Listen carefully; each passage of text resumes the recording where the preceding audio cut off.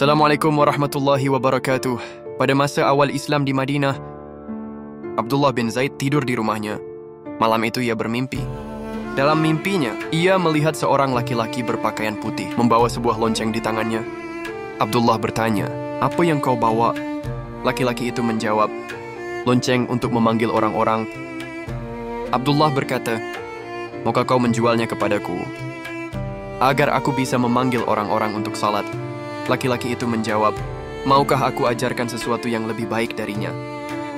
Abdullah menjawab, "Apa itu?" Laki-laki itu lalu mengajarkan lafaz adzan, "Allahu Akbar, Allahu Akbar, asyhadu ala ilaha illallah, wa asyhadu anna Muhammadar Rasulullah.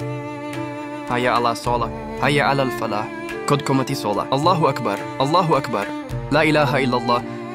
Abdullah terbangun dari tidurnya. Pagi-pagi sekali, ia langsung menemui Rasulullah. Ia menceritakan mimpinya secara lengkap.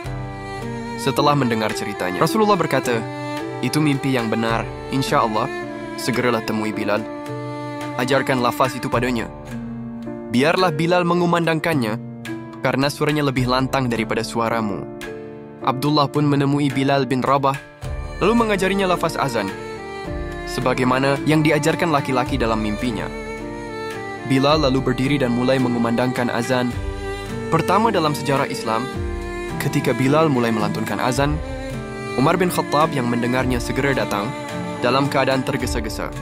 Umar berkata kepada Rasulullah, "Wahai Rasulullah, demi Allah, aku juga bermimpi seperti apa yang diceritakan Abdullah." Rasulullah membenarkan kedua mimpi tersebut.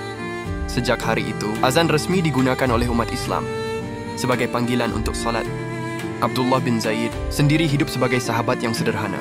Ia ikut dalam beberapa peperangan, termasuk Perang Badar dan Uhud.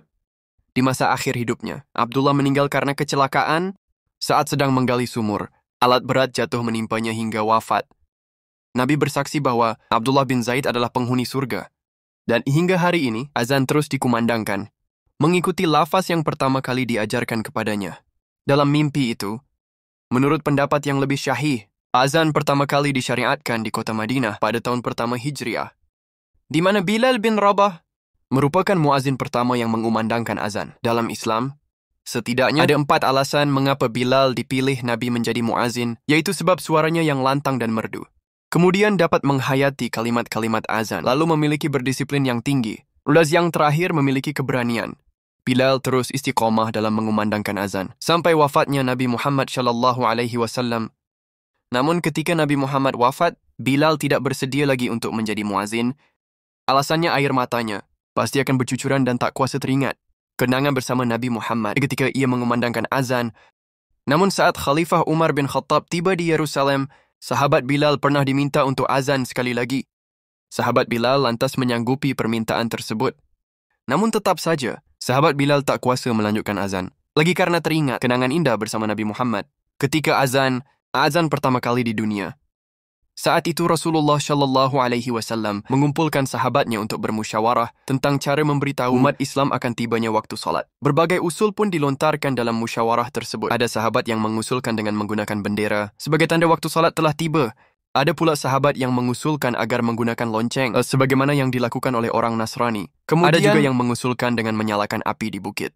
Namun semua usulan itu ditolak oleh Rasulullah SAW. Suatu ketika seorang sahabat Nabi yaitu Abdullah bin Zaid bermimpi. Dalam mimpinya itu, seseorang memberinya petunjuk bahwa cara yang paling baik adalah dengan suara panggilan adzan. Kemudian Abdullah bin Zaid segera menghadap Rasulullah SAW dan menceritakan mimpinya tersebut. Beliau pun bersabda, "Sesungguhnya itu adalah mimpi yang benar. Insya Allah, bangkitlah bersama Bilal bin Rabah, karena sesungguhnya suaranya lebih lantang darimu." Abdullah bin Zaid kemudian mengajari panggilan azan tersebut kepada Bilal bin Rabah, seorang budak berkulit hitam yang bebas. Setelah memeluk Islam dan mempunyai suara yang lantang dan merdu, sejak saat itu adzan menjadi seruan dan panggilan bagi umat Islam untuk melaksanakan salat, dan Bilal bin Rabah menjadi muadzin pertama yang mengumandangkan adzan setiap datang waktu salat.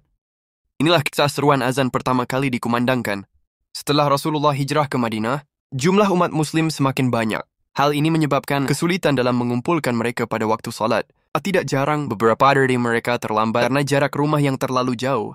Atas hal itu, beberapa sahabat mengeluh kepada Nabi, "Ya Rasulullah, sepertinya kita butuh penanda untuk memberitahu masuknya waktu salat." "Wahai sahabatku, lalu penanda apa yang harus kita pakai?" Bagaimana kalau kita menggunakan lonceng, trompet atau menyalakan api di tempat tinggi, sehingga mereka yang rumahnya jauh dari masjid bisa melihatnya? Namun Rasulullah menolak usulan tersebut karena dinilai menyerupai tradisi Nasrani dan Yahudi. Atas izin Allah, Abdullah bin Zaid bermimpi diajari seruan sebagai penanda masuknya waktu salat. Keesokan harinya, ia segera menghadap Rasulullah dan menceritakan mimpinya. Rasulullah berkata, "Insya Allah ini adalah mimpi yang benar. Ajarkan seruan itu kepada Bilal karena suaranya merdu dan lantang."